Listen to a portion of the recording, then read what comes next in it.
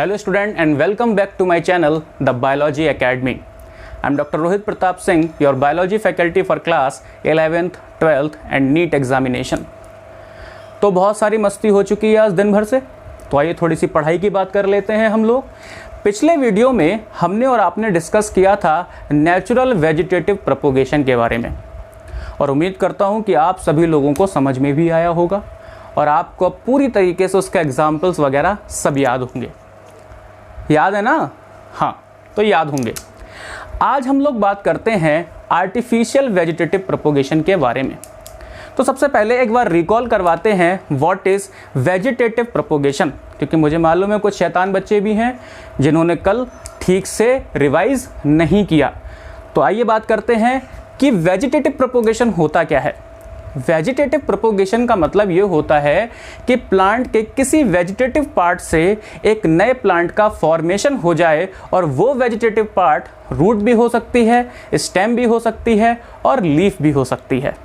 तो इसको हम बोलते हैं वेजिटेटिव प्रोपोगेशन। अब अगर यही काम नेचुरली होता है, यानी कि यही फॉर्मेशन नेचुरली होता है, तो इसको बोलते हैं नेचुरल वेजिटेटिव प्रोपोगेशन। और यही काम अगर हम लोग करवाते हैं तो इसको बोलते हैं आर्टिफिशियल वेजिटेटिव प्रोपोगेशन। तो उम्मीद है आप लोग समझ गए होंगे what is artificial vegetative propagation. और आर्टिफिशियल वेजिटेटिव प्रोपोगेशन 4 तरह का होता है: cutting, layering, grafting and tissue culture.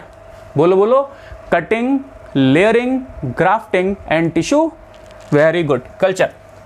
तो सबसे पहले हम लोग बात करते हैं व्हाट इज कटिंग।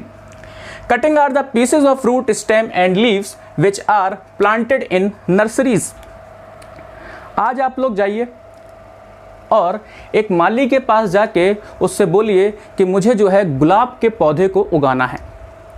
तो वो माली क्या करेगा, सिंपली एक स्टेम को इस तरीके से कट करेगा, इस तरीके से कट नहीं करेगा, इस तरीके से कट करेगा और आपको दे देगा। आप घर पे लाएंगे और अच्छे से गमले में उसको गाड़ देंगे, और वहाँ से आप देखेंगे कि थोड़े ही दिनों में एक रोज़ का प्लांट जो है वो फॉर्म हो जाएगा। तो सबसे पहले हम लोग बात करते हैं कि उसने उस स्टेम को इस तरह से क्यों कट किया, क्योंकि यहाँ पे होते हैं मेरिस्टेमेटिक टिश्यू, और वो मेरिस्टेमेटिक टिश्यू अगर हम ऑब्लिकली कट करते हैं तो वो डैमेज नहीं होते, लेकिन अगर हम हॉरिजॉन्टली कट कर देंगे तो वो डैमेज हो जाएंगे, जिससे उसकी डिवाइडिंग जो क्षमता है वो कम हो जाएगी। इसीलिए कोई भी जो माली है वो आपको कलम काट के देता है ऑब्लिकली, जिससे क्या होता है कि जो मेरिस्टेमेटिक टिश्यू हैं वो डैमेज ना हो। अब उसके बाद में जो आप स्टेम लेके आए या जो रूट लेके आए या जो लीफ लेके आए, उसको हम डिप करते हैं प्लांट ग्रोथ प्रमोटर्स में। प्लांट ग्रोथ प्रमोटर्स हार्मोन होते हैं। अरे जैसे हम लोगों के अंदर हार्मोन होते हैं ना, हमारे अंदर लाइफ की प्रोसेस को चलाने के लिए बहुत सारे हार्मोन होते हैं। इसीलिए प्लांट के अंदर भी लाइफ की प्रोसेस को चलाने के लिए बहुत सारे हार्मोन होते हैं।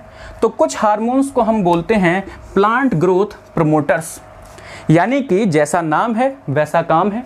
ये प्लांट की ग्रोथ को प्रमोट करने वाले हार्मोन्स होते हैं, प्लांट की ग्रोथ को कराने वाले हार्मोन्स होते हैं। तो हम इसको डिप करते हैं प्लांट ग्रोथ प्रमोटर्स में, जैसे ऑक्सिन। और ऑक्सिन में भी 2 इंपॉर्टेंट है, IBA indole butyric acid and NAA naphthalene acidic acid. तो हमने जो हम स्टेम का पार्ट या जो हम लीफ का पार्ट या जो हम रूट का पार्ट लेके आए, उसको हमने प्लांट ग्रोथ रेगुलेटर्स में या प्रमोटर्स में डिप किया, और डिप करने के बाद में हमने उसको सॉइल में कल्टीवेट किया, जिससे हमें एक नए प्लांट का फॉर्मेशन हुआ। तो इस प्रोसेस को हम बोलते हैं कटिंग। अब ये कटिंग रूट में भी हो सकती है, और उसका एग्जाम्पल है लेमन एंड ब्लैकबेरी। स्टेम में भी हो सकती है, जैसे शुगर केन एंड रोज, और लीफ में भी हो सकती है, जैसे अपना पुराना बिग्नोनिया एंड ब्रायोफिल्लम। तो कटिंग क्या है? कटिंग प्लांट का कोई भी वेजिटेटिव पार्ट को लेके आना, उसको प्लांट ग्रोथ प्रमोटर्स में डिप कराना, और उसके बाद उसे सॉइल में कल्टीवेट कराना और उसके बाद में हमें एक नया प्लांट का फॉर्मेशन हो गया। तो बेसिकली इसमें हुआ ये कि हमने प्लांट के एक वेजिटेटिव पार्ट से एक नया प्लांट बना लिया, इसको हम बोलते हैं कटिंग। और ये आता है आर्टिफिशियल वेजिटेटिव प्रोपोगेशन में, क्योंकि ये काम हमने किया है, ये काम नेचुरली नहीं हुआ। अगली बात करते हैं लेयरिंग।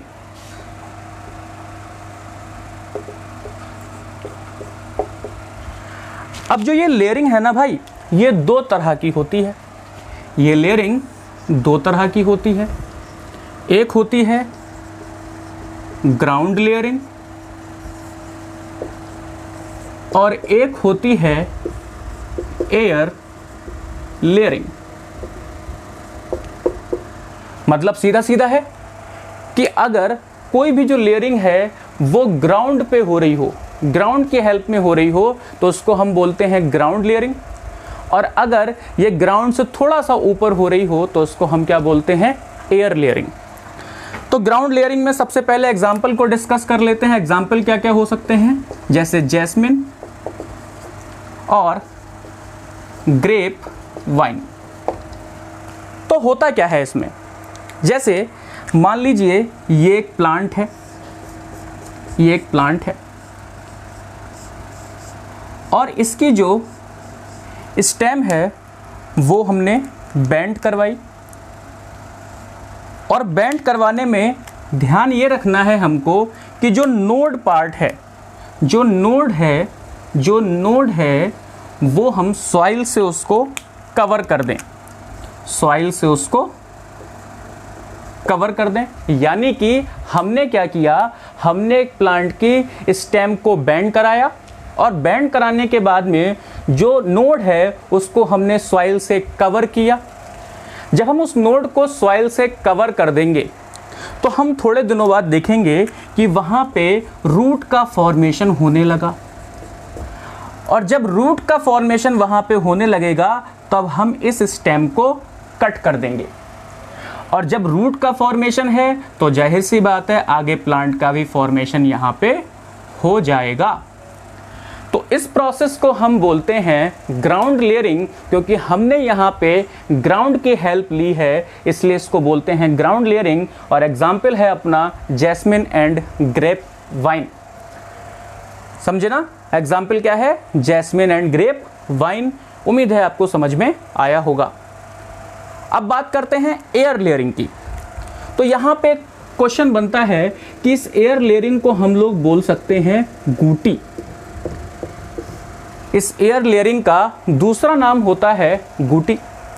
अब हम इसमें क्या करते हैं, इसमें कोई भी एक प्लांट है और ये प्लांट की टहनियाँ हैं, है ना, ये प्लांट की ट्विक्स हैं। तो आप लोग सभी को पता होगा कि जो स्टेम होती है उसका जो आउटर पार्ट है वो डेड होता है।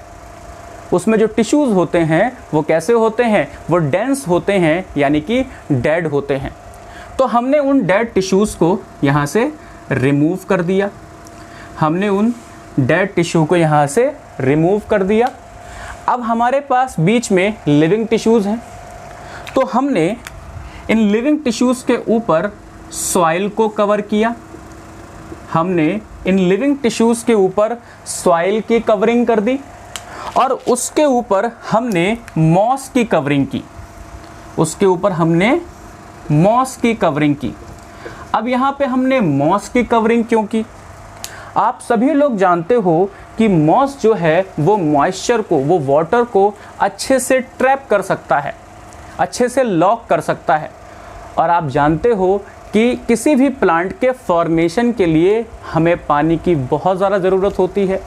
तो हमने जब इस लिविंग पार्ट में पहले सॉइल को हमने क्या किया, लपेटा, और उसके बाद में हमने यहाँ पे इसको मॉस से भी कवर कर दिया जिससे मॉइस्चर लॉक हो सके। कुछ दिनों बाद हम देखेंगे कि यहाँ से रूट का फॉर्मेशन होने लगेगा, यहाँ से रूट का फॉर्मेशन होने लगेगा। अब जब रूट का यहाँ से फॉर्मेशन होने लगेगा तब हम इस स्टेम को यहाँ से कट कर देंगे और कट करने के बाद में इसको सॉइल में कल्टीवेट कर देंगे। तो हमें एक नए प्लांट का फॉर्मेशन हो जाएगा, यहाँ से एक नया प्लांट डेवलप हो जाएगा। तो आपने देखा कि किस तरीके से स्टेम से एक नए प्लांट का फॉर्मेशन हुआ। इसको हम बोलते हैं एयर लेयरिंग या बूटी। एग्जाम्पल क्या क्या हो सकते हैं, इसके एग्जाम्पल क्या क्या हो सकते हैं? तो इसके एग्जाम्पल हो सकते हैं सिट्रस प्लांट्स, सिट्रस प्लांट्स हो सकते हैं। और क्या हो सकता है? गुआवा। इसका एग्जाम्पल और क्या हो सकता है? गुआवा हो सकता है, ETC। ठीक है ना। सिट्रस प्लांट यानी कि रोज, लेमन वगैरह बहुत सारे एग्जाम्पल हैं, और गुआवा और एप्पल और लीची और चाइना रोज बहुत सारे एग्जाम्पल हैं, लेकिन यहाँ पे आपको मेन बताया है सिट्रस प्लांट्स एंड गुआवा। तो इसको हम बोलते हैं लेयरिंग। उम्मीद है आपको समझ में आ गई होगी। लेयरिंग दो तरह की होती है, एक होता है ग्राउंड लेयरिंग, एक होता है एयर लेयरिंग। ग्राउंड लेयरिंग का एग्जाम्पल है जैस्मिन एंड ग्रेप वाइन, और एयर लेयरिंग का एग्जाम्पल है सिट्रस प्लांट्स एंड गुआवा। आगे बात करते हैं हम लोग। आगे हमारी बात होगी ग्राफ्टिंग की। तो what is grafting? Combining the two characters of plant, combining the two characters of two plant is known as grafting। आइए लिख के देखते हैं। combining two characters of two plants is known as grafting। यानी कि दो प्लांट्स के दो कैरेक्टर्स को हमने आपस में कंबाइन कर दिया, इसको हम बोलते हैं ग्राफ्टिंग। जैसे आप सुनिए सिचुएशन क्या है। सिचुएशन ये है कि हमें पता है कि एक जो रोज़ का प्लांट है वो प्लांट इन्वायरमेंट से बहुत रेजिस्टेंट है। इन्वायरमेंट में जो भी बदलाव होता है उसके लिए वो रेजिस्टेंट है, चाहे उसे पानी थोड़ा सा कम मिले, चाहे उसे डे लाइट थोड़ी सी कम मिले, लेकिन तब भी वो आराम से ग्रो करता है और फ्लावर को फॉर्म करता है। उसमें डिजीज़ वगैरह भी जल्दी नहीं लगती, यानी कि वो डिजीज़ से भी रेजिस्टेंट है। लेकिन एक खराबी है, खराबी ये है कि जो उसमें फ्लावर्स आते हैं वो उतने अच्छे नहीं आते, यानी कि उन फ्लावर्स की ऑर्नामेंटल वैल्यू थोड़ी सी कम है।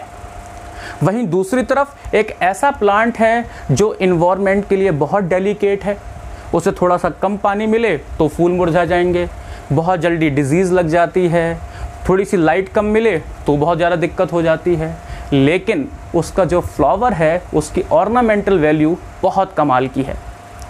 सिचुएशन समझ गए ना आप लोग? दो फ्लावर हैं, एक फ्लावर में थोड़ा कमज़ोरी है, लेकिन उसका जो फ्लावर है वो कैसा है? वो बहुत ही अच्छा है। एक है जो इन्वायरमेंट के लिए रेजिस्टेंट है, लेकिन जो फ्लावर है वो थोड़ा सा कमज़ोर है। अब हम चाहते हैं कि सेम टाइम में हमें अच्छा फ्लावर भी मिले और ऐसा प्लांट हो जो इन्वायरमेंट के जो चेंजेस हैं उससे रजिस्ट भी कर पाए और उसकी ऑर्नामेंटल वैल्यू भी बहुत अच्छी हो। तो यहाँ पे हम टेक्निक यूज़ करते हैं ग्राफ्टिंग की। जैसे हमने एक फ्लावर लिया और हमने ये देखा कि इस फ्लावर की जो ऑर्नामेंटल वैल्यू है वो बहुत अच्छी है। ऑर्नामेंटल वैल्यू बहुत अच्छी, देखो कितनी अच्छी अच्छी पत्तियाँ आई इस पर। लेकिन जो डिजीज़ रेजिस्टेंट कैपेसिटी है वो बहुत कम है, इन्वायरमेंट से बहुत कम रजिस्टिव है। थोड़ा सा इन्वायरमेंट का चेंज हो जाता है, हालत ख़राब हो जाती है साहब इसकी। दूसरा प्लांट है जो इन्वायरमेंट के चेंज के लिए तो बहुत ही अच्छा है, लेकिन उसकी ऑर्नामेंटल वैल्यू उतनी अच्छी नहीं है। ये देखिए कैसी अजीब सी पत्तियाँ आई हैं। अब हम चाहते हैं कि ये दोनों कैरेक्टर मिलके हमारे दोनों दिक्कतें दूर हो जाएं, तो उसके लिए हमें क्या करना है? जिस प्लांट की डिजीज़ रेजिस्टेंट कैपेसिटी बहुत अच्छी है, उसका हम लेते हैं स्टॉक। ये जो नीचे वाला पार्ट होता है ना सर, इसको बोलते हैं स्टॉक। बहुत ध्यान देने वाली चीज़ है, जो नीचे वाला पार्ट होता है उसको हम बोलते हैं स्टॉक, और जो ऊपर वाला पार्ट होता है, जो ऊपर वाला पार्ट होता है उसको हम बोलते हैं सायन। तो हमने एक ऐसे प्लांट का स्टॉक लिया जो इन्वायरमेंट के चेंजेस के लिए रेजिस्टिविटी जिसकी बहुत अच्छी थी, यानी कि डिजीज रेजिस्टेंट भी बहुत ज़्यादा था, उसका हमने स्टॉक लिया, और जिसकी ऑर्नामेंटल वैल्यू बहुत अच्छी थी उसका हमने सायन लिया, इसको हम बोलते हैं सायन। अब हमने क्या काम किया, इसको ऑब्लिकली कट किया जिससे इसके मेरिस्टेमेटिक टिश्यू डैमेज नहीं हुए। थोड़े दिनों बाद देखेंगे कि इसमें कैलस का फॉर्मेशन हो जाएगा, और इसमें जब कैलस का फॉर्मेशन होगा तो ये आपस में अच्छे से बाइंड कर जाएंगे। अब हमें सेम टाइम पे दो कैरेक्टर मिल जाएंगे, यानी कि हमने दो कैरेक्टर्स को आपस में कंबाइन कर दिया है, दो कैरेक्टर्स को आपस में कंबाइन कर दिया है। स्टॉक लिया है हमने डिजीज रेजिस्टेंट प्लांट का, और सायन लिया है हमने जिसकी ऑर्नामेंटल वैल्यू बहुत अच्छी है।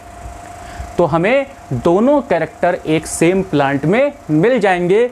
इस प्रोसेस को हम बोलते हैं ग्राफ्टिंग। और ये जो ग्राफ्टिंग है सर, ये तीन तरह की होती है।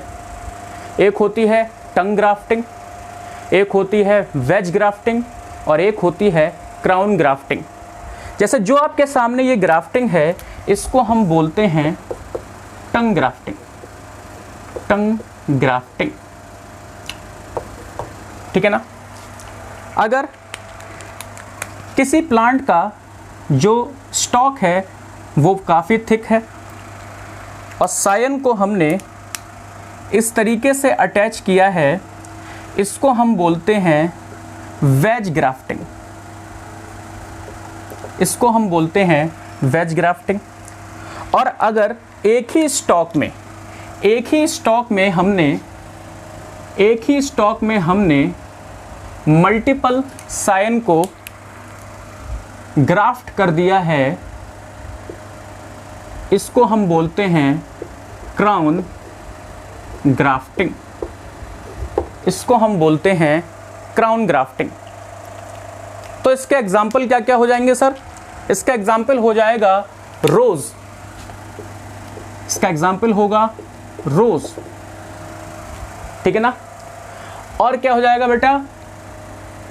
दूसरा एग्जाम्पल इसका होगा जैसे दशहरी मैंगो ग्राफ्टेड ओवर देसी मैंगो। रसीला सा एग्जाम्पल, क्योंकि अभी मैंगो का सीज़न है, अभी मैं भी आम खा के आया हूँ, तो इसलिए मैंने ये एग्जाम्पल आपके लिए बनाया कि जो दशहरी मैंगो होते हैं ना, वो खाने में आप जानते हो कमाल के होते हैं, और जो देसी मैंगो होते हैं वो थोड़े से खट्टे खट्टे से अजीब से, है ना। लेकिन जो देसी मैंगो हैं वो डिजीज़ रेजिस्टेंट होते हैं, इन्वायरमेंट के चेंजेस के लिए टॉलरेंस होती है उनमें काफ़ी ज़्यादा। तो हम दशहरी मैंगो को अगर देसी मैंगो के स्टॉक पे ग्राफ्ट कर दें तो हमको दोनों कैरेक्टर सेम टाइम पे मिल जाएंगे। तो एग्जाम्पल है दशहरी मैंगो ग्राफ्टेड ओवर देसी मैंगो। और ऐसे ही रोज़ है, रोज़ का तो मैं एग्जाम्पल आपको ये बता ही रहा हूँ परफॉर्म करके। तो इसको हम कहते हैं ग्राफ्टिंग। ग्राफ्टिंग तीन तरह की होती है, टंग ग्राफ्टिंग, वेज ग्राफ्टिंग और हमारा क्राउन ग्राफ्टिंग। आगे बात करते हैं what is tissue culture. Tissue culture आपको 12th में बहुत डिटेल में पढ़ना है, इसलिए मैं आपको थोड़ा सा यहाँ पे आइडिया देता हूँ। टिश्यू कल्चर का इस्तेमाल किया जाता है वायरस फ्री और डिजीज़ फ्री प्लांट के फॉर्मेशन के लिए।